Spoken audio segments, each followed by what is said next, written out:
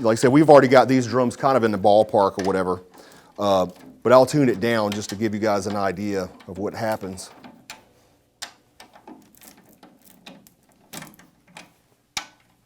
And when you do tighten up a drum, do you go, like, I'm not really a drummer, so Yeah, do you go around, you go cross Absolutely. when you tune? Yeah. I usually go, just across or whatever, like in an X pattern. And that way you keep even tension on the drum or whatever, and don't have if you don't do the even, the cross tuning tightening method. What go out of It'll tune? get out around, the drum will be uneven on the shell and things like that. Does that affect pitch or just? Yeah, it'll affect the tuning. Like I said, the head won't tune properly. It'll, like, one side will be wrinkled and the other side will be tighter, and just it won't resonate completely. But yeah, let's pretend like we took the head out, we put this on, and we put the hoop on here, and we've got these lugs just finger tight. What you want to do is just set the head even, down evenly.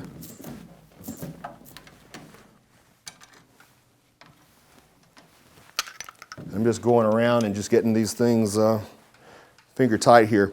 And then, like I said, what I normally do, I normally just go ahead and put some tension. I have this is an old school Neary drum torque, tuner, assister or whatever. It's kind of like a torque wrench you use for a car, or, like a tool or whatever. But it's just cheap plastic one made for drums.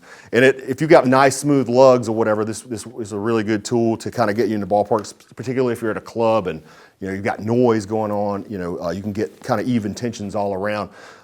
But also, I'm a really big advocate in just learning to tune by ear. There's a lot of products out on the market. Like you have, I think they have a new product called a TuneBot. I haven't used one. I heard it's really good. They have a product called a Tension Watch or whatever, which you actually put on the head itself. If you use one of those or whatever, it's important to note that they don't really work well on 2-ply heads because they read the tension of the head, and the top ply with 2-ply heads is usually a little more loose, so you can get a kind of a dampening effect as part of the design of the drum. So to my experience, they only work on single-ply heads. So it's important for people to know out there. So who makes that tuner right there? Yeah, it's a company called Neary. I don't know. I mean, I think they still make these things. I've had this thing for like 15 years. That's a cool big one. I've seen some new smaller ones. Yeah, it's kind of really similar to nice. Evans has a click, tension thing. This is just, to me, it works a little better. It's a little more accurate. And I just use it to kind of, like I said, it's a shortcut tool to just like you use a guitar tuner. A lot of people can tune a guitar by ear and get a reference pitch and tune it, but it's just quicker and easier just to plug a tuner in the guitar and just let a light tell you when you're in tune. And this is kind of the same thing. You can memorize settings for once you get your drum how you like it. You can memorize tensions and recall those later if you have to change a head during a recording session. Like I said, I've gotten these drums finger tight. And this is for rock and metal, both. I generally tune the drum to the lowest purely resonant pitch that I can get. I mean, there's different styles, like if you're doing a thrash metal type project or something. Some people leave the tom heads just really loose and almost tune it and treat it like a kick drum, to where it's just there's not a lot of resonance, just a lot of attack and low end.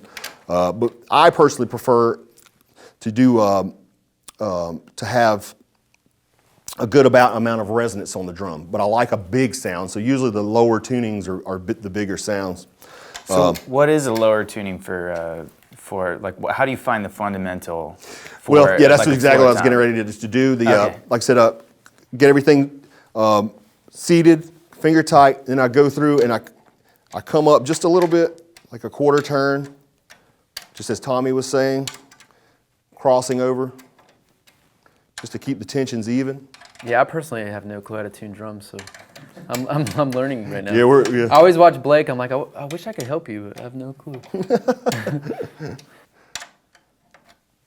It's really a lot. This is one of those things like It's an intimidating thing. Well, yeah, That's how it always has been for me. Well, it's strangely a thing that's I learned by trial and error over years. It's like they don't teach this stuff. I've had students.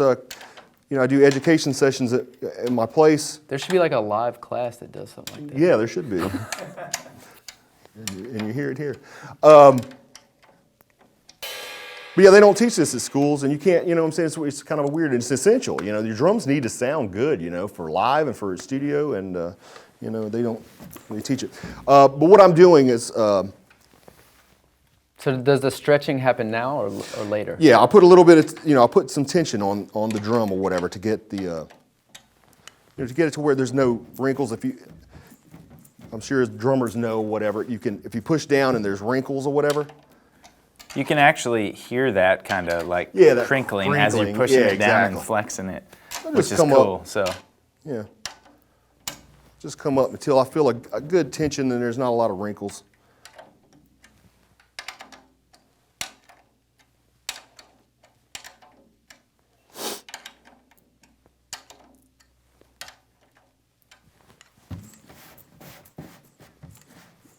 It's getting there. I know I'm not doing the X pattern thing now because we got some pretty even tension on the on everything.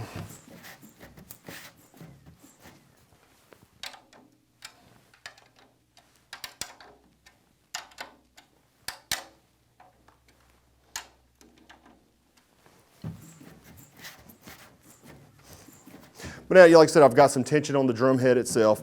And what I want to do is I want to stretch the drum head in. And you want to just put some weight. You know, you don't have to do a whole lot of weight. CPR.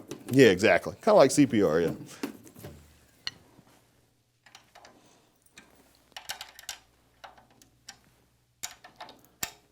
Just put some tension. Stretch the head. More tension. Stretch the head.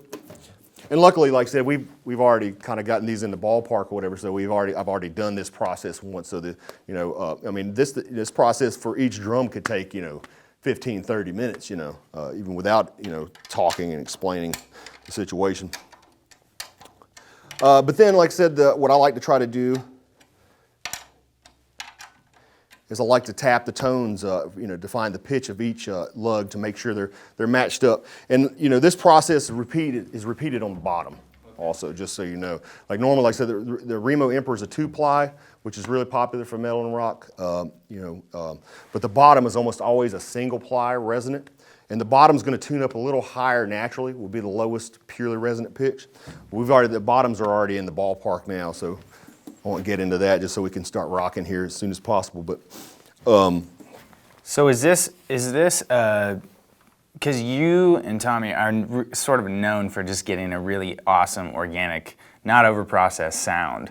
Is this part of your distinct sound, or is this just something that you should do for every kit in every session? yeah, I think this, like I said, this is pretty typical normal stuff. I think that anybody should do. Okay.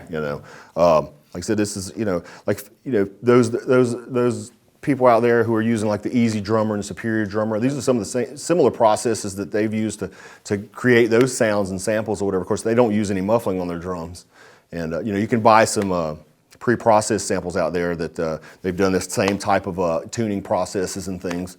And they have used muffling and stuff of that nature. And but yeah, I think this process will work for different styles. Obviously, like if you're doing like a jazz record or an R&B, those have different tones. You can listen to those recordings, and what's become standard with those recordings are higher tuned toms.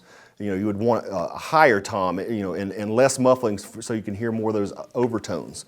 And obviously, they're playing with brushes and lighter sticks and things of that nature. And but it's the same process. You still want to stretch the head out. You still want to get, the tensions even for the lugs, and then on the bottom or whatever. Like I said, the bottom typically tunes a little higher if you're using a 2-ply on top and a single ply on the bottom. What's another popular hit? Obviously, the Remo Ambassador is an industry standard or whatever. The Ambassadors are great sounding drum heads or whatever, but they require a little more muffling, and they don't last as long. Like since they're single ply, they're thinner. Most metal, you'll see even Tommy hits. He's not a drummer per se, but he hits the drum hard, and we would burn through an Ambassador in a couple of hours probably. I know as myself, I started as a drummer, so I know an Ambassador on snare lasts me 2 or 3 hours, before it's just not usable. But yeah, I guess now I'll let you guys know that I'm going to be hitting this drum or whatever, so we can change the audio so you guys can hear that. Here I go. Well, actually, one thing I'm going to do is I'm going to mute. I'm going to just lay my hand in the middle of the drum to kind of mute the the fundamental pitch of the drum, and I want to hear the pitches for each lug and try to make sure they match up. Like I said, this Neary drum torque tool and some of these tools will help you get matched up, quicker. But it's important to be able to hear it, and to try to hear the pitch and make sure that you got even tension all the way around.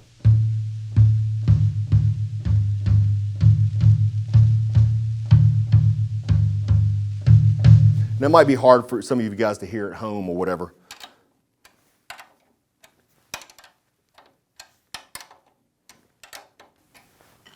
So what's it going to sound like? You're going to hear a higher note if it's tighter, and the goal is to just get it even, right, all the way around? Yeah, exactly. Okay. Yeah, like I said, I'm not even focusing on the overall pitch of the drum right now. Basically, I'm just wanting to make sure my tension's even.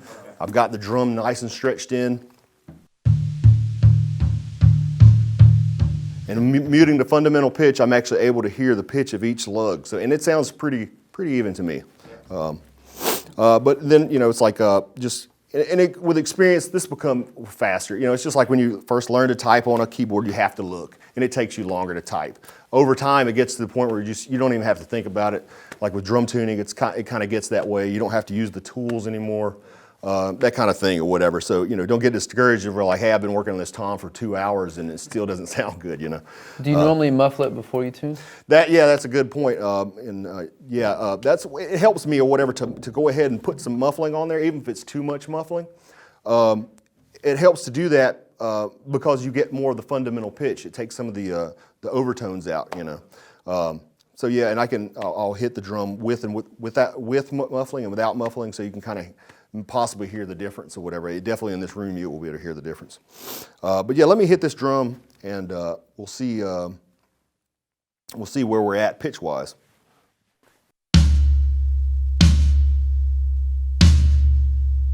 Pretty close to where I would like to be. Let me tune down and because I got lucky and it's actually closer than I anticipated it being.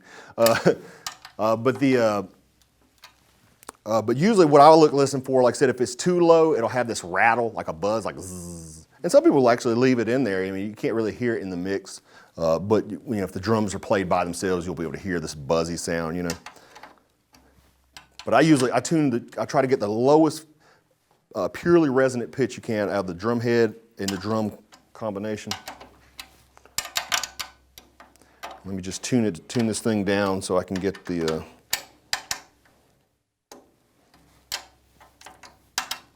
so I can get this thing to rattle for you.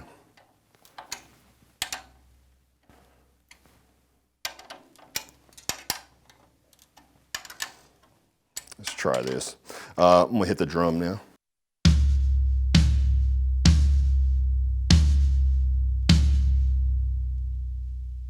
Can you guys hear that at all? Where it's kind of going like bzzz, like I'm sitting right over the drum so you can actually hear it. Still sounds pretty good. Yeah. I mean, but this is without muffling.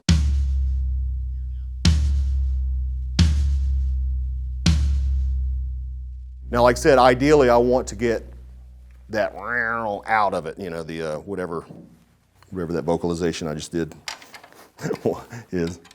So I'm gonna go up just incrementally, like 8 turns.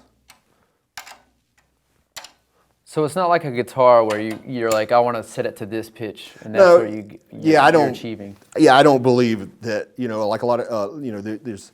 Because I know different drummers tune different ways and all that. Yeah, I've seen people say, "Hey, let's just try to make it to the key of the song and things like that." And you can't, and I've tried to do that before. And a lot of times, I mean, like with you guys, you're constantly changing keys. So how's that going to work? You're going to tune the drums like for every section or whatever, and things of that nature. So, but and you don't hear enough of the pitch of the drum in the mix for it to be an issue or a problem. Having said that, I usually like the toms to be in intervals of each other. So if you play the toms together, they resonate well together. Yeah. It's not a dissonant type sound. Like I usually, for this case, will probably be in fifths with a 16 and a 12-inch drum. They'll probably be tuned and they'll probably naturally, like if you do the lowest purely resonant pitch you can get for both drums and using the same head, combinations, they'll naturally tune up in fifths. Oh, really? Usually. Okay. Yeah, in the ballpark. Like if you added the 14, like you had 12, 14, 16, like you might get some thirds or something like that, or some fourths even. I know for one BT Bam record, we had like a diminished thing going on. Where you Really? had just fourths all the way down. It was kind of cool. But it just depends on your, like I said, like a lot of like these DWs. I mean, they actually find the pitch of the shell and things like that, and they talk about they have the note stamped in the drum, and a lot of people think they need to like make their drum tuned to that note or whatever, and it's like it's completely relative to the head because It's all about what sounds good. Yeah, the 2-ply heads they will tune up, or they will tune to different pitches. The lowest purely resonant pitch will be the different pitch, different brands, different thicknesses and things like that or whatever. And like I said, you might tune a specific head to the pitch that it says in the drum, and it just sounds not good. I'm a fan of tune the drum where it sounds the best. Itself or whatever. So if like if you like I said, if you go use the strategy, the lowest purely resonant pitch or whatever, then you'll know the drum's going to sound good and it's going to sound big as it possibly can be. And you can always go up from there. But at a certain point, when you get higher pitch, the drum will start to kind of choke out, lose resonance, and attack and things like that. Yeah, like I said, I'll try to move through this quicker pace than I've been moving. But like I said, you can hear that rattle. I want to just tune it up to where the rattle's gone, and then I'm gonna hit the drums, and we'll just go up until it's gone.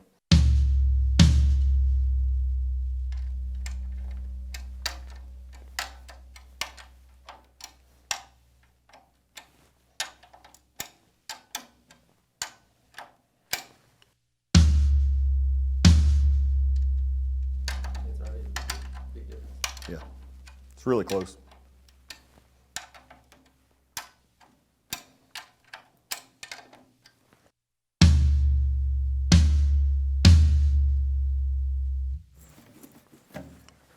So with like that tool, does that help? Say if you're in a scenario where you need to tune and you literally can't hear. Say if a band's playing in your side stage and you need to tune up. Yeah, absolutely. So that will help you kind of get in the ballpark. Because I've seen Blake tune without listening, and Yeah. I always wondered that, like how. Yeah, a lot of the smaller bands, I mean, they don't have the luxury. You're at a club, you're at Yeah, the side of the stage, you got your exactly. kit, and you're like, man, I want my drums to sound great live. Yeah. If you're, Blake or whatever, your drummer, has the same situation. You can't hear the drums as clear as we can here in the studio. You got the band playing, and there's all this other stuff. If you have a tool and you can get your drums sounding the way you want them to sound, and you just kinda memorize memorize, these yeah. settings or write them down or something like that, store settings on your phone, whatever you have to do, you can recall at least be in the ballpark. Live, I don't think it's essential to have the drum sound as perfect as in the studio. Obviously a little bit of buzz or whatever, or choke tone live, you're not going to notice it, as much or whatever. So, but you definitely want to be in the ballpark with it. You don't want to have your drums sound horrible. But yeah, that's it's a great use for these tools. And like I said, I'm doing it strictly by ear right now. Just because I think ultimately that's what you want to be able to do. You don't want to rely on just like tuning guitar. You don't want to completely rely on a tuner and never understand. Hey, I got to tune these to the fifth and whatever. So we have a question from online, just came in from Mountain Stream. Hi, I heard you tune, you mentioned this already, but hi, I heard you tune the top of the drum differently to the bottom of the drum. Do you tune the top higher pitched or vice versa? It's vice versa. Okay. Yeah, usually and this is just because I'm using, like I said, the standard resonant head, which is like normally a Remo Ambassador. In this case, it's an Evans resonant head, which is a single ply, just like the Remo Ambassador. Single ply just means thinner, correct? Yeah, it's thinner. It's 1 ply. These Emperors are 2 ply drum heads. So these Emperors normally, like I said, the 2 ply heads, for some reason, they just tune up lower. And that's usually the reason why, the reason that happens or whatever. Like I said, there's different schools of thought. Obviously, if I tune the top and the bottom to the exact same pitch, you're going to get even more resonance. Now, it's like I like a good resonant tone. Like when we hit this, we hear a good decay on the sound, but at the same time, I don't want too much resonance. Usually, you have to, in the production, you usually have to gate drums or manually, gate the toms in the mix, so you don't want a distracting amount of resonance. So if you get a tom sound that's just rings for 3 seconds, that's not going to be very good for your mix. What's the result if you do it backwards? Like, what if you tune the top higher than the bottom? I think you'll just have a little Is it bit just more deader? Yeah, a little more choked of a sound. Oh, okay. Yeah, like I said, I like.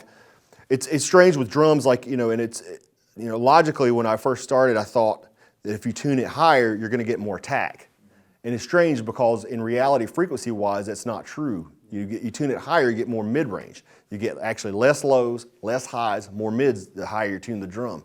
The lower you tune the drum, by ratio, you get more highs, more lows, less mids. And that's kind of like, So it sits better in the mix. yeah. So, and usually, like I said, you guys will see when we get to the mix EQ portion of it, like with drums, usually for most rock, there's a significant amount of mid-range that gets cut out in the mix. It's pretty typical from what we're accustomed to hearing now. I mean, if you listen to recordings of drums back in the, the 70s and before the 70s, as far as EQ is concerned, there was a lot less mid-range. The drums were more boxy sounding, and that's what you get. Naturally mic'd up, the drums sound boxy without a good hefty mid-range cut. So the more natural mid-range you can cut, with the drums acoustically, the closer you're going to be. Let me finish this tom. I think we're close.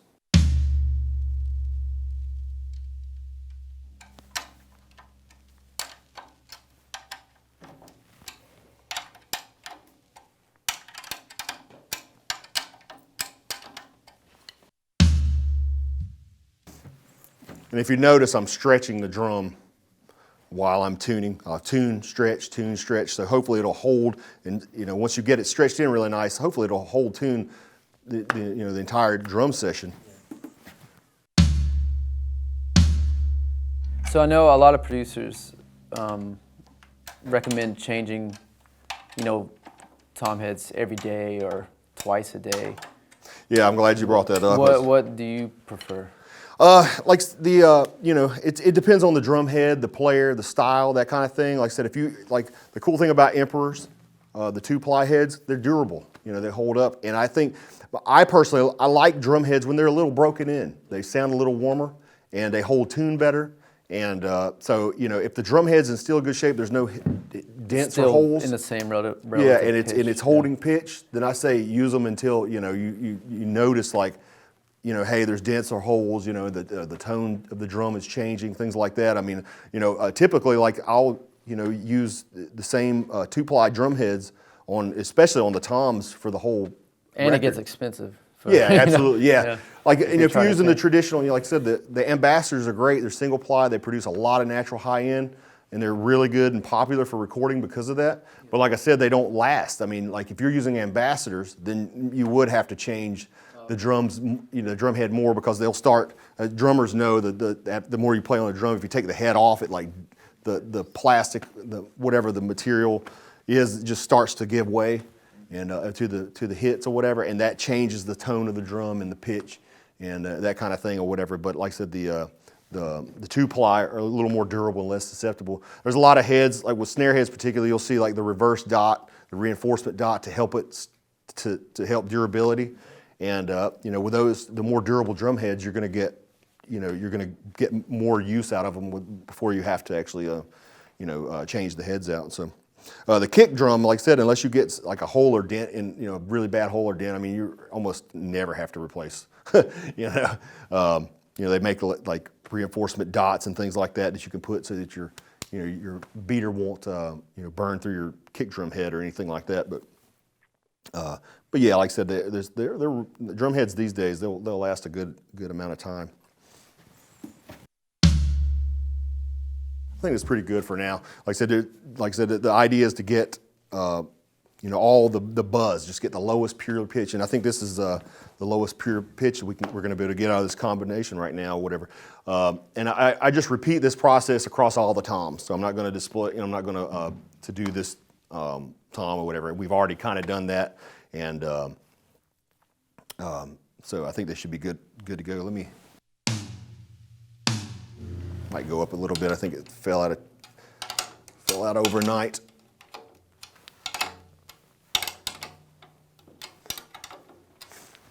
And I think we have this drum muffled, so those of you at home probably won't be able to hear it as clearly.